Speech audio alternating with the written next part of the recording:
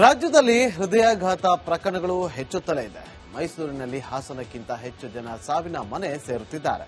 ಇದರ ಮಧ್ಯೆ ಸಿಎಂ ಸಿದ್ದರಾಮಯ್ಯ ಹೊಸ ಚರ್ಚೆಯನ್ನ ಹುಟ್ಟುಹಾಕಿದ್ದಾರೆ. ಏನಂದ್ರೆ ರಿಪೋರ್ಟ್ ನೋಡಿ.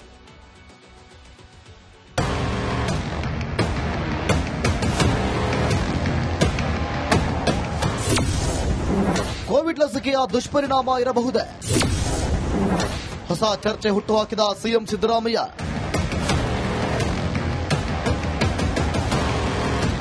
ರಾಜ್ಯದಲ್ಲಿ ಹಾರ್ಟ್ ಅಟ್ಯಾಕ್ ಅನ್ನೋ ಶಬ್ದ ಸೃಷ್ಟಿಸಿರೋ ಆತಂಕ ಎಲ್ಲರ ನಿದ್ದೆಗೆಡಿಸಿದೆ. ನಿಂತಲ್ಲಿ ಕುಂತಲ್ಲಿ ಜನ ಎದೆ ಹಿಡಿದು ಬೀಳುತ್ತಿರುವ ದೃಶ್ಯ ಭಯ ಹುಟ್ಟಿಸುತ್ತಿದೆ. ಹಾಸನದಲ್ಲಿ ಹೃದಯಾಘಾತದ ಮರಣ ಮೃದಂಗ ನಿಲ್ಲದಾಗಿದ್ದು ಇದು ಬೇರೆ ಜಿಲ್ಲೆಗಳಲ್ಲೂ ಆತಂಕ ಮೂಡಿಸಿದೆ. ಈ ನಡುವೆ ಸಿಎಂ ಸಿದ್ದರಾಮಯ್ಯ ಮತ್ತೊಂದು ಭಯ ಹುಟ್ಟಿಸುವ ಅನುಮಾನ ಹೊರಹಾಕಿದ್ದಾರೆ. ಕೋವಿಡ್ ಲಸಿಕೆಯ ಬಗ್ಗೆ ಸಿದ್ದರಾಮಯ್ಯ ಕಳವಳ. ಹಾರ್ಟ್ ಅಟ್ಯಾಕ್ನಿಂದ ಸಾವಾಗ್ತಿರುವ ಬಗ್ಗೆ ಸಿಎಂ ಸಿದ್ದರಾಮಯ್ಯ ಕಳವಳ ವ್ಯಕ್ತಪಡಿಸಿದ್ದಾರೆ. ಇದು ಕೋವಿಡ್ ಲಸಿಕೆಯ ದುಷ್ಪರಿಣಾಮಗಳೇನಾದರೂ ಇರಬಹುದೇ ಅಂತ ಸಿದ್ದರಾಮಯ್ಯ ಟ್ವೀಟ್ ಮೂಲಕ ಅನುಮಾನ ವ್ಯಕ್ತಪಡಿಸಿದ್ದಾರೆ. ಹಠಾತ್ ಸಾವುಗಳಿಗೂ ವ್ಯಾಕ್ಸಿನ್ಗೂ ಸಂಬಂಧ ಇಲ್ಲ. ಎಲ್ಲ ಗೊಂದಲಕ್ಕೆ ತೆರೆ ಎಳೆದ ಕೇಂದ್ರ ಸರ್ಕಾರ. ಕೊರೋನಾ ವ್ಯಾಕ್ಸಿನ್ಗೂ ಹೃದಯಾಘಾತ ಪ್ರಕರಣಗಳಿಗೂ ಸಂಬಂಧವಿಲ್ಲ ಅಂತ ಕೇಂದ್ರ ಆರೋಗ್ಯ ಇಲಾಖೆ ತಿಳಿಸಿದೆ. ದೇಶದಲ್ಲಿನ ಹಠಾತ್ ಸಾವುಗಳ ಬಗ್ಗೆ ವಿವಿಧ ಏಜೆನ್ಸಿಗಳು ತನಿಖೆ ನಡೆಸಿವೆ.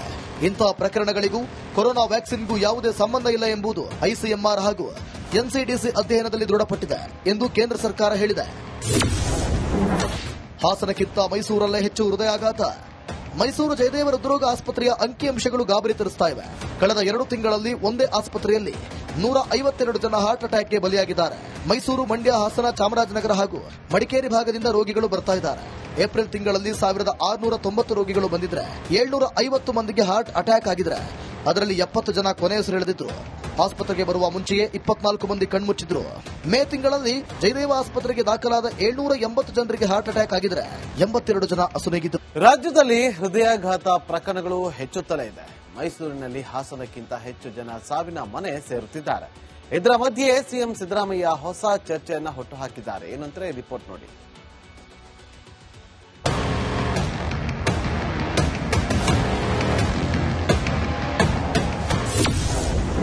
ಕೋವಿಡ್ ಲಸಿಕೆಯ ದುಷ್ಪರಿಣಾಮ ಇರಬಹುದೇ? ಹೊಸ ಚರ್ಚೆ ಹುಟ್ಟುಹಾಕಿದ ಸಿಎಂ ಸಿದ್ದರಾಮಯ್ಯ.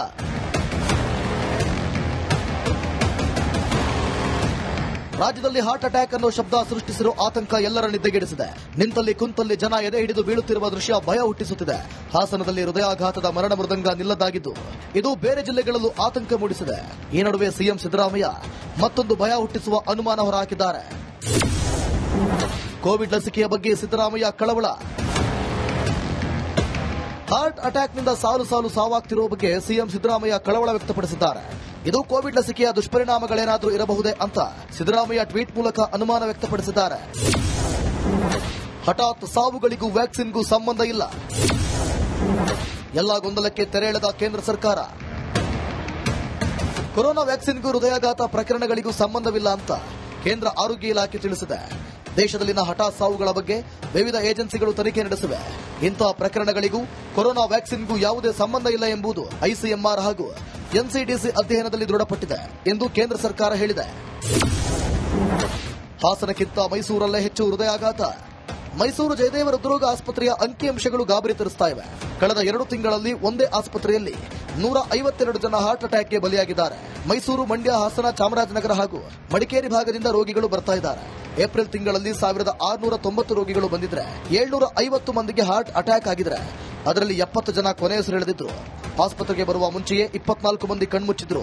ಮೇ ತಿಂಗಳಲ್ಲಿ ಜಯದೇವ ಆಸ್ಪತ್ರೆಗೆ ದಾಖಲಾದ 780 ಜನರಿಗೆ ಹಾರ್ಟ್ ಅಟ್ಯಾಕ್ ಆಗಿದ್ರೆ 82 ಜನ ಅಸುನೀಗಿದ್ರು. ರಾಜ್ಯದಲ್ಲಿ ಹೃದಯಾಘಾತ ಪ್ರಕರಣಗಳು ಹೆಚ್ಚುತ್ತಲೇ ಇದೆ.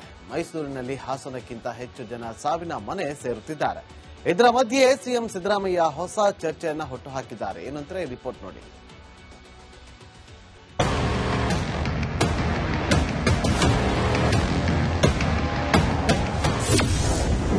ಕೋವಿಡ್ ಲಸಿಕೆಯ ದುಷ್ಪರಿಣಾಮ ಇರಬಹುದೇ? ಹೊಸ ಚರ್ಚೆ ಹುಟ್ಟುಹಾಕಿದ ಸಿಎಂ ಸಿದ್ದರಾಮಯ್ಯ.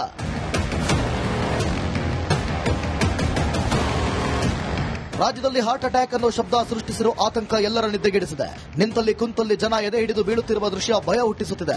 ಹಾಸನದಲ್ಲಿ ಹೃದಯಾಘಾತದ ಮರಣ ಮೃದಂಗ ನಿಲ್ಲದಾಗಿದ್ದು ಇದು ಬೇರೆ ಜಿಲ್ಲೆಗಳಲ್ಲೂ ಆತಂಕ ಮೂಡಿಸಿದೆ. ಈ ನಡುವೆ ಸಿಎಂ ಸಿದ್ದರಾಮಯ್ಯ ಮತ್ತೊಂದು ಭಯ ಹುಟ್ಟಿಸುವ ಅನುಮಾನ ಹೊರಹಾಕಿದ್ದಾರೆ. ಕೋವಿಡ್ ಲಸಿಕೆಯ ಬಗ್ಗೆ ಸಿದ್ದರಾಮಯ್ಯ ಕಳವಳ.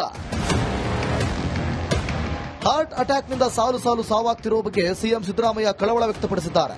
ಇದು ಕೋವಿಡ್ ಲಸಿಕೆಯ ದುಷ್ಪರಿಣಾಮಗಳೇನಾದರೂ ಇರಬಹುದೇ ಅಂತ ಸಿದ್ದರಾಮಯ್ಯ ಟ್ವೀಟ್ ಮೂಲಕ ಅನುಮಾನ ವ್ಯಕ್ತಪಡಿಸಿದ್ದಾರೆ. ಹಠಾತ್ ಸಾವುಗಳಿಗೂ ವ್ಯಾಕ್ಸಿನ್ಗೂ ಸಂಬಂಧ ಇಲ್ಲ. ಎಲ್ಲ ಗೊಂದಲಕ್ಕೆ ತೆರೆ ಎಳೆದ ಕೇಂದ್ರ ಸರ್ಕಾರ. ಕೊರೋನಾ ವ್ಯಾಕ್ಸಿನ್ಗೂ ಹೃದಯಾಘಾತ ಪ್ರಕರಣಗಳಿಗೂ ಸಂಬಂಧವಿಲ್ಲ ಅಂತ ಕೇಂದ್ರ ಆರೋಗ್ಯ ಇಲಾಖೆ ತಿಳಿಸಿದೆ. ದೇಶದಲ್ಲಿನ ಹಠಾತ್ ಸಾವುಗಳ ಬಗ್ಗೆ ವಿವಿಧ ಏಜೆನ್ಸಿಗಳು ತನಿಖೆ ನಡೆಸಿವೆ. ಇಂತಹ ಪ್ರಕರಣಗಳಿಗೂ ಕೊರೋನಾ ವ್ಯಾಕ್ಸಿನ್ಗೂ ಯಾವುದೇ ಸಂಬಂಧ ಇಲ್ಲ ಎಂಬುದು ಐಸಿಎಂಆರ್ ಹಾಗೂ ಎನ್ಸಿಡಿಸಿ ಅಧ್ಯಯನದಲ್ಲಿ ದೃಢಪಟ್ಟಿದೆ ಎಂದು ಕೇಂದ್ರ ಸರ್ಕಾರ ಹೇಳಿದೆ. ಹಾಸನಕ್ಕಿಂತ ಮೈಸೂರಲ್ಲೇ ಹೆಚ್ಚು ಹೃದಯಾಘಾತ. ಮೈಸೂರು ಜಯದೇವ ಹೃದ್ರೋಗ ಆಸ್ಪತ್ರೆಯ ಅಂಕಿಅಂಶಗಳು ಗಾಬರಿ ತರಿಸ್ತಾ ಇವೆ. ಕಳೆದ 2 ತಿಂಗಳಲ್ಲಿ ಒಂದೇ ಆಸ್ಪತ್ರೆಯಲ್ಲಿ 152 ಜನ ಹಾರ್ಟ್ ಅಟ್ಯಾಕ್ಗೆ ಬಲಿಯಾಗಿದ್ದಾರೆ. ಮೈಸೂರು, ಮಂಡ್ಯ, ಹಾಸನ, ಚಾಮರಾಜನಗರ ಹಾಗೂ ಮಡಿಕೇರಿ ಭಾಗದಿಂದ ರೋಗಿಗಳು ಬರ್ತಾ ಇದ್ದಾರೆ. ಏಪ್ರಿಲ್ ತಿಂಗಳಲ್ಲಿ 1690 ರೋಗಿಗಳು ಬಂದಿದ್ರೆ 750 ಮಂದಿಗೆ ಹಾರ್ಟ್ ಅಟ್ಯಾಕ್ ಆಗಿದ್ರೆ ಅದರಲ್ಲಿ 70 ಜನ ಕೊನೆಯುಸಿರೆಳೆದಿದ್ರು. ಆಸ್ಪತ್ರೆಗೆ ಬರುವ ಮುಂಚೆಯೇ 24 ಮಂದಿ ಕಣ್ಮುಚ್ಚಿದ್ರು. ಮೇ ತಿಂಗಳಲ್ಲಿ ಜಯದೇವ ಆಸ್ಪತ್ರೆಗೆ ದಾಖಲಾದ 780 ಜನರಿಗೆ ಹಾರ್ಟ್ ಅಟ್ಯಾಕ್ ಆಗಿದ್ರೆ 82 ಜನ ಅಸುನೀಗಿದ್ರು. ರಾಜ್ಯದಲ್ಲಿ ಹೃದಯಾಘಾತ ಪ್ರಕರಣಗಳು ಹೆಚ್ಚುತ್ತಲೇ ಇದೆ. ಮೈಸೂರಿನಲ್ಲಿ ಹಾಸನಕ್ಕಿಂತ ಹೆಚ್ಚು ಜನ ಸಾವಿನ ಮನೆ ಸೇರುತ್ತಿದ್ದಾರೆ. ಇದರ ಮಧ್ಯೆ ಸಿಎಂ ಸಿದ್ದರಾಮಯ್ಯ ಹೊಸ ಚರ್ಚೆಯನ್ನ ಹುಟ್ಟುಹಾಕಿದ್ದಾರೆ. ಏನಂದ್ರೆ ರಿಪೋರ್ಟ್ ನೋಡಿ.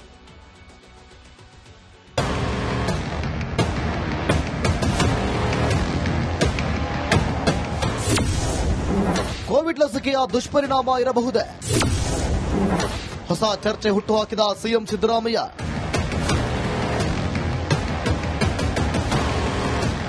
ರಾಜ್ಯದಲ್ಲಿ ಹಾರ್ಟ್ ಅಟ್ಯಾಕ್ ಅನ್ನೋ ಶಬ್ದ ಸೃಷ್ಟಿಸಿರುವ ಆತಂಕ ಎಲ್ಲರ ನಿದ್ದೆಗೆಡಿಸಿದೆ. ನಿಂತಲ್ಲಿ ಕುಂತಲ್ಲಿ ಜನ ಎದೆ ಹಿಡಿದು ಬೀಳುತ್ತಿರುವ ದೃಶ್ಯ ಭಯ ಹುಟ್ಟಿಸುತ್ತಿದೆ. ಹಾಸನದಲ್ಲಿ ಹೃದಯಾಘಾತದ ಮರಣ ಮೃದಂಗ ನಿಲ್ಲದಾಗಿದ್ದು ಇದು ಬೇರೆ ಜಿಲ್ಲೆಗಳಲ್ಲೂ ಆತಂಕ ಮೂಡಿಸಿದೆ. ಈ ನಡುವೆ ಸಿಎಂ ಸಿದ್ದರಾಮಯ್ಯ ಮತ್ತೊಂದು ಭಯ ಹುಟ್ಟಿಸುವ ಅನುಮಾನ ಹೊರಹಾಕಿದ್ದಾರೆ.